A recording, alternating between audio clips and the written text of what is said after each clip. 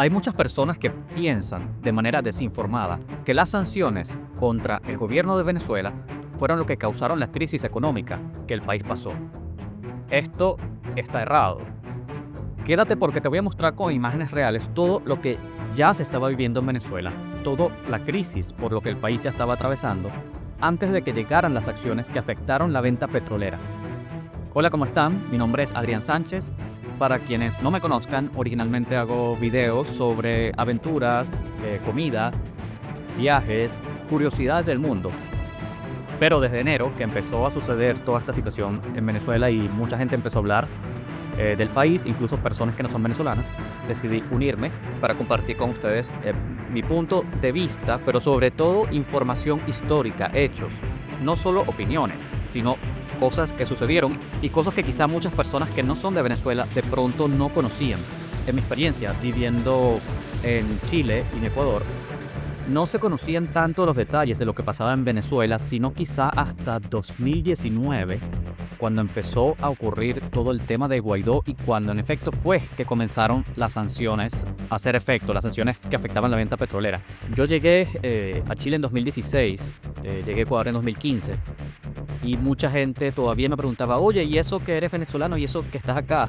Y yo notaba que la gente no conocía el detalle de lo que ya estaba viviendo Venezuela y de hecho, cuando miraba las noticias ecuatorianas o miraba las noticias chilenas, notaba que no informaban mucho toda la gran crisis que estaba ocurriendo. Entonces, te voy a mostrar ahora imágenes reales sacadas de noticieros que muestran todo lo que ocurrió. Vamos primero a aclarar el tema de las sanciones. Las primeras sanciones contra el gobierno de Venezuela llegaron en 2015 de mano del presidente Barack Obama. Estas sanciones llegaron porque había ocurrido el año anterior protestas contra Nicolás Maduro y la represión fue muy violenta, hubo violaciones contra los derechos humanos y fue parte de lo que hizo la oposición para denunciar lo que estaba ocurriendo. La oposición en Venezuela denunció lo que estaba ocurriendo. Ellos acudieron a muchos organismos internacionales y estas sanciones fueron producto de eso. Las sanciones de Obama en 2015 iban dirigidas específicamente con nombre y apellido, o sea, contra personas específicas del régimen de Maduro. No eran sanciones económicas contra el país. ¿Qué hacían estas sanciones? Les bloqueaban propiedades personales, ¿ok?, a estos dirigentes del gobierno de Maduro. Les bloqueaban acceso a cuentas bancarias que tenían ellos personales en el exterior y les suspendían las visas de turistas que tenían para visitar Estados Unidos. Esto no impedía que Venezuela comercializara su petróleo. Después, en el año 2017, Europa también se suma a las sanciones. Por protestas que hubo también ese año, en 2017, Europa puso sanciones que consistían en prohibir que países europeos vendieran armas de represión interna, que son las que usan el cuerpo de seguridad de Maduro para reprimir las protestas. Esto no impedía que Venezuela como país vendiera su petróleo. Después, en este mismo año, 2017, Trump, él coloca sus primeras sanciones contra Venezuela, su mano se las que ya había puesto Obama, y estas sanciones iban dirigidas a que Venezuela no pudiese adquirir deuda en el sistema financiero de Estados Unidos. Después, en 2018, la Unión Europea hace algo muy similar con unas segundas sanciones, que estas también iban dirigidas a personas específicas del gobierno venezolano para prohibirles acceso a propiedades personales, creo que incluso también cuentas bancarias, y también les prohibía pisar territorio europeo. Pero no incidían las sanciones europeas en que Venezuela pudiera vender petróleo. No es sino hasta 2018 cuando Trump hace las segundas sanciones, que estas sí son las que afectan la venta de petróleo de Venezuela. Estas sanciones, sin embargo, no se hacen efecto en 2018 todavía, es cuando se anuncian, pero entran en rigor en enero de 2019. Estas sanciones impedían que el petróleo venezolano fuese vendido o comercializado con empresas estadounidenses o empresas vinculadas con Estados Unidos. Estados Unidos siempre ha sido como el cliente más grande o más importante de Venezuela, pero Venezuela igual podía seguir comercializando petróleo, como de hecho lo hizo con otros países. Lo tuvo que hacer a un precio más bajo, de alguna forma a través del mercado negro, con buques a los que les cambiaron el nombre, y esto ya es un tema largo por el que no me voy a meter, pero es un hecho que Venezuela continuó vendiendo petróleo. Entonces, ya dicho esto y ya demostrado que las primeras sanciones no le impedían a Venezuela a vender petróleo, Ahora vamos a explicar, te voy a mostrar todo lo que ya estaba viviendo Venezuela antes de este año. Lo primero que hay que mencionar es que ya la producción petrolera de Venezuela venía afectada. Si comparamos con el año 2012, donde la producción de barriles por día era cerca de 2,5 millones, en 2018, o al terminar 2018, la producción era de 1,200,000. Es decir, que la producción de petróleo venezolano ya venía bajando hasta un poco más del 50% de producción. Hay muchas razones por las que esto pasó y todas están vinculadas con la mala gestión o con la deficiente gestión que hizo el gobierno. Al comienzo del chavismo se habían despedido por razones políticas a personas de puestos importantes porque no apoyaban el proyecto de Chávez, y se colocó para reemplazarlas a gente que no tenía ni el conocimiento ni la experiencia. Entonces esto dio paso a mala gestión, corrupción y muchas cosas que no caben en este video. Pero además de eso, algo importante que incidió también fue que durante todos estos años antes de 2018 ocurrieron varios incendios en refinerías o explosiones, y esto incluso salió a veces en las noticias.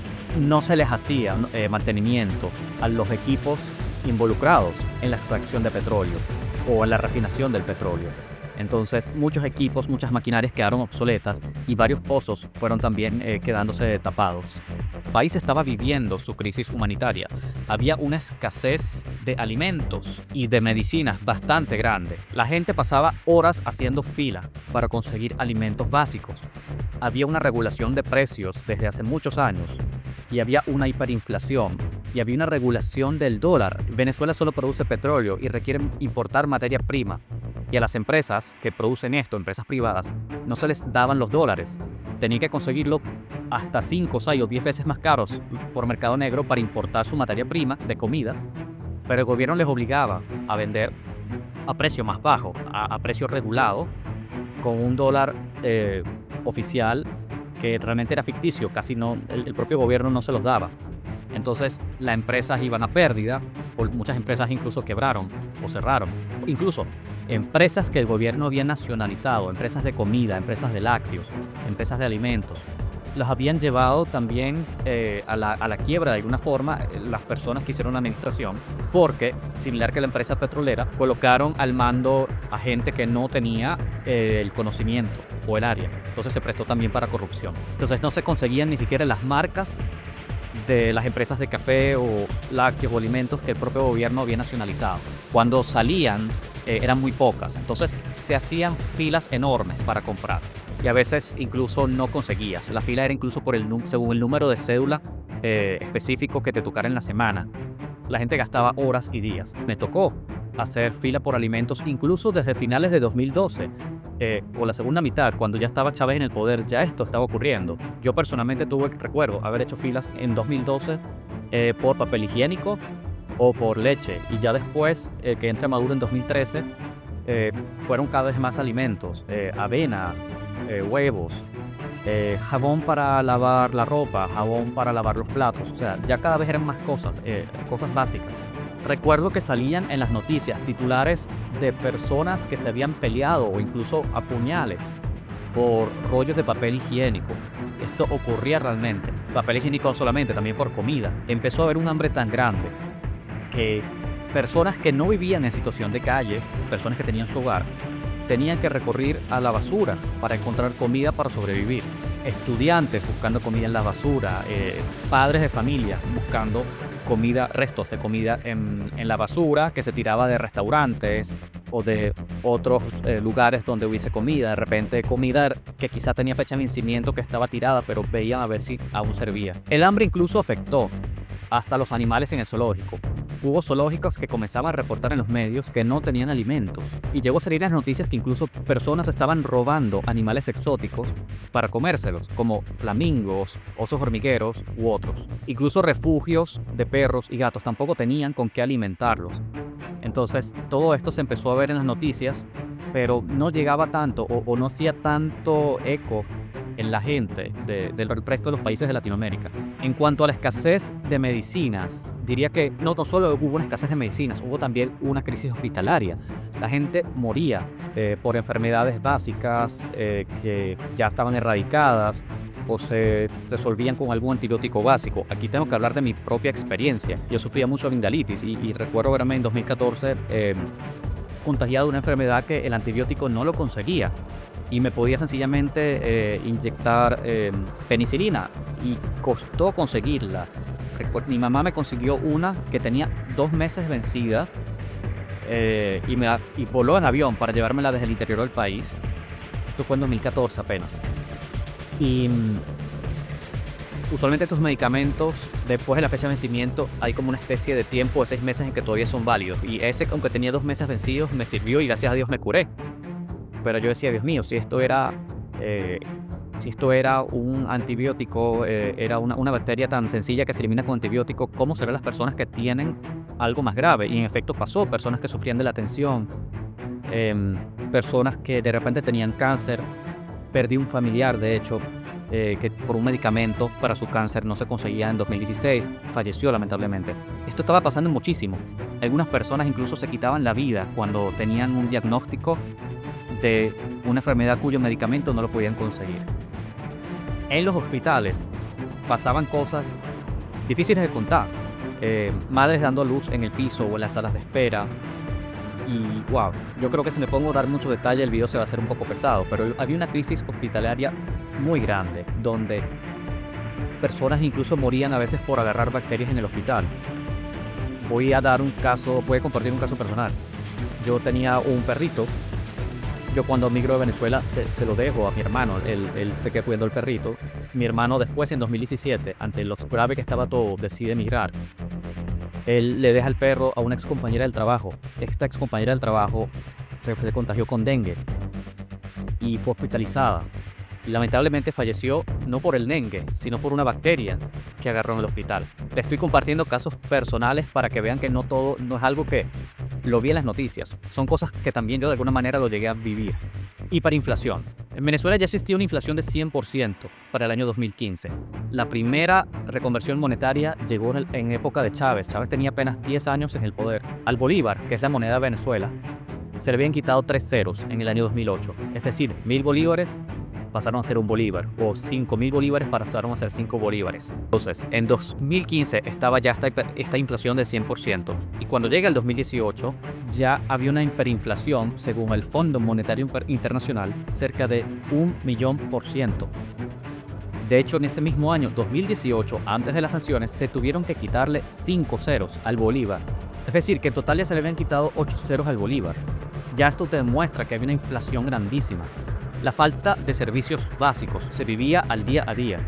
Había cortes de luz y había escasez de agua.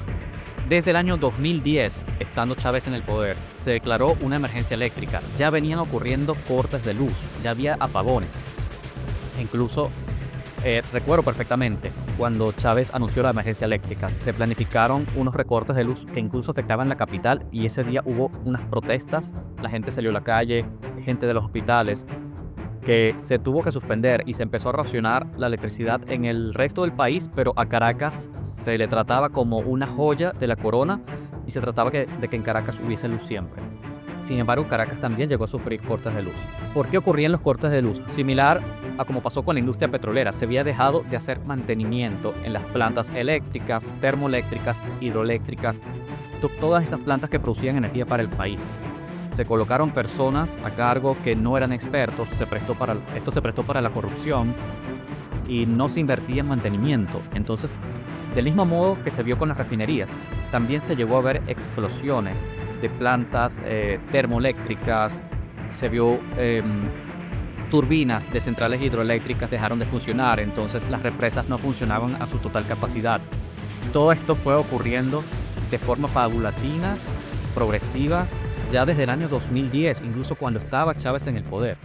No es que Maduro fue el que lo estropeó, pero Chávez lo hizo bien. Ya desde el año 2010, 11 y 12 se estaban viendo estas cosas.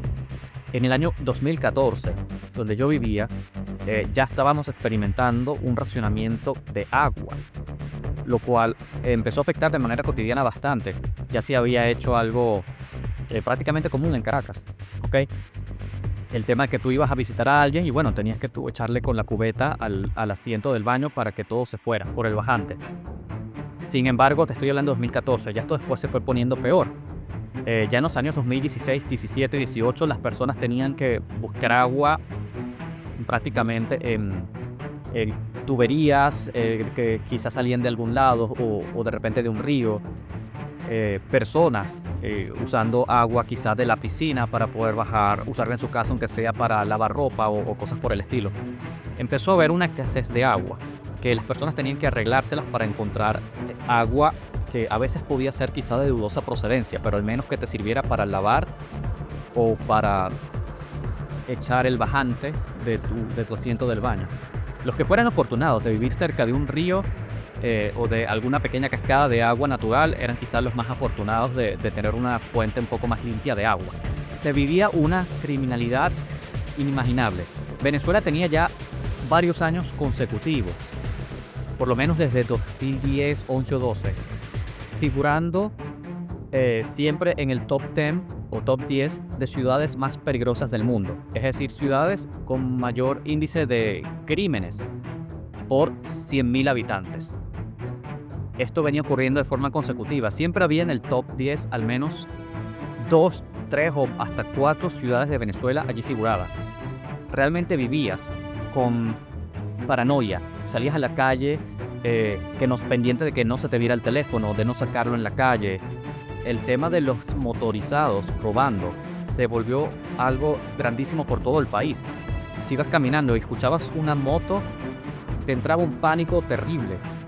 Empezaron a ocurrir robos con armas dentro de transporte público, dentro del metro, dentro de autobuses. Y a veces incluso personas que no tenían su celular para darlo al ladrón, porque ya el celular se lo habían robado esa misma semana, también recibían su disparo y perdían la vida. Esto llegó a pasar muchísimo. Recuerdo haber leído un titular donde en una misa entraron ladrones a robar a todas las personas que estaban en la misa, incluso al sacerdote. Y algo que yo mismo ya estaba experimentando cuando vivía en Venezuela era ver detectores de metales en las entradas de discotecas o en algunas salas de cine incluso, porque eso también ocurría. En plena película, de repente se paraban 2 o 3 ladrones con armas para quitarle el celular a todo el mundo. Estas eran cosas que estaban ocurriendo y eran muy fuertes de vivir, entonces vivías realmente con una paranoia. Tratabas de hacer tu vida, tratabas de salir a comer a un restaurante, pero pasaba que entraba alguien, era común, eran cosas que no eran aisladas. Eran cosas que se veían muy cotidianamente, entonces sí vivías con cierta paranoia de que las cosas pasaran. Antes de las sanciones hubo protestas, ¿ok? Antes de las primeras y antes de las segundas hubo protestas. Las personas en Venezuela protestaron y en estas protestas hubo fallecidos, hubo represión y hubo detenidos, hubo también denuncias de torturas, denuncias de violaciones a los derechos humanos. Les voy a leer desde aquí las estadísticas. En las protestas de 2014 fallecieron 43 personas, la mayoría con impactos de bala. Fueron detenidos cerca de 3.300 personas. Tengo amigos que fueron detenidos simplemente porque iban caminando de su trabajo a su casa y los agarró la guardia y les imputaron un delito que no cometieron, y ellos, para salir libres, tenían que firmar una confesión de que tenían armas en su mochila. Y se denunciaron de las protestas de 2014 más de 150 casos de torturas. En las protestas de 2017, al menos se reconoció el fallecimiento de 120 personas y fueron detenidos más de 5.000. También se denunciaron más de 100 casos de tortura y se masificó el uso de tribunales militares para juzgar a civiles. Tenías que firmar una confesión de algo que no hiciste. Si querías ser liberado, algunas personas no tuvieron, o la mayoría, no tuvieron derecho al debido proceso o haber incluso un abogado que los defendiera o algo por el estilo. Fueron condiciones muy duras. Entre los métodos de torturas denunciados, además de golpes, obligar a las personas a comer comida con sus excrementos, estaba la asfixia con gases o bolsas plásticas y el uso de descargas eléctricas. Yo trabajé en 2014 cubriendo las protestas, cubriendo la entrega de Leopoldo López, que era el líder de la oposición en ese momento. Él se entregó a las autoridades para ser juzgado, se entregó al madurismo para ser juzgado.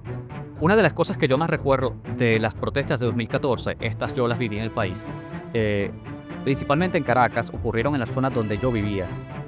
Y el primer día que hubo fallecidos, Uno de ellos fue a 3 calles de mi casa.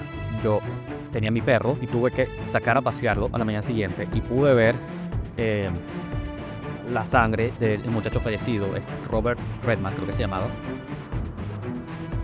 La pude ver aún en el piso. La sangre estaba ya espesa, secándose. Y para mí fue un shock, en el sentido de decir, wow, esto pasó. Y realmente este muchacho falleció aquí, era un muchacho joven. Y falleció en una calle por la que yo pasaba de manera cotidiana con mi perro o cuando iba al supermercado que me quedaba cerca. Otra de las cosas que viví fue, y les pongo imágenes grabadas por mí, esto fue desde mi ventana. Pasaban la Policía Nacional Bolivariana. Ellos pasaban de noche en caravana y pasaban disparando hacia las ventanas de los habitantes. Estos momentos era realmente terrible y de mucha tensión.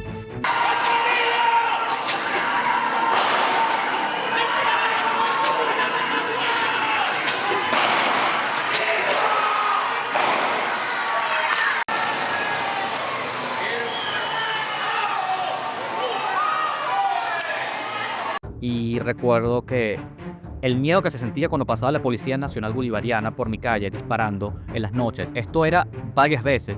Y recuerdo un día que pasó, estaba la Policía Nacional Bolivariana, pero de repente hubo un silencio sepulcral. Y era de miedo. Y me asomo con cautela, asomo la cámara por la ventana y estaba un guardia nacional, literalmente del ejército, la Guardia Nacional, apuntando hacia mi ventana. Esto lo pude grabar.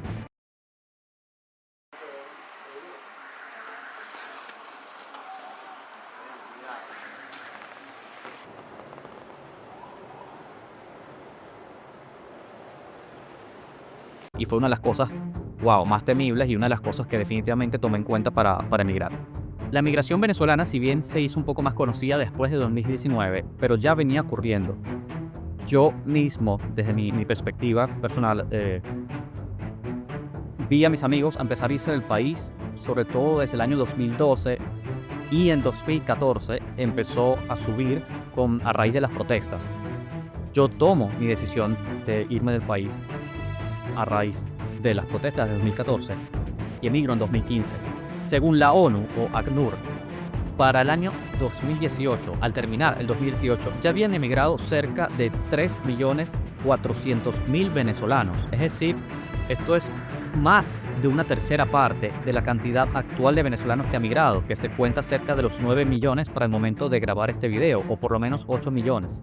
Entonces, es más del 30%, pudiese decirse casi un 40%. Entonces, nadie huye de un modelo que funciona. Nadie huye de un bloqueo económico.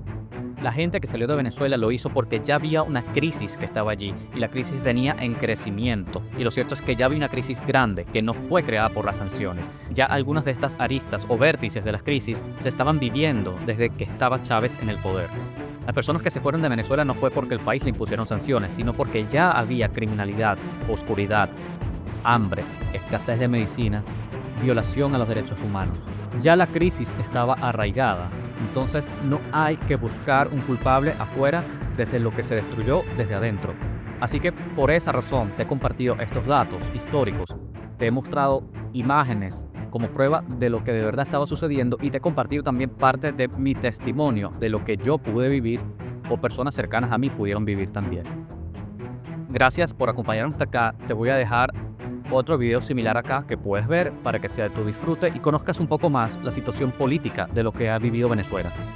Gracias por acompañarme y no olvides, por supuesto, suscribirte a este canal, que me estarías dando un gran apoyo y sería mi forma de saber que te gustan estos videos. Un abrazo.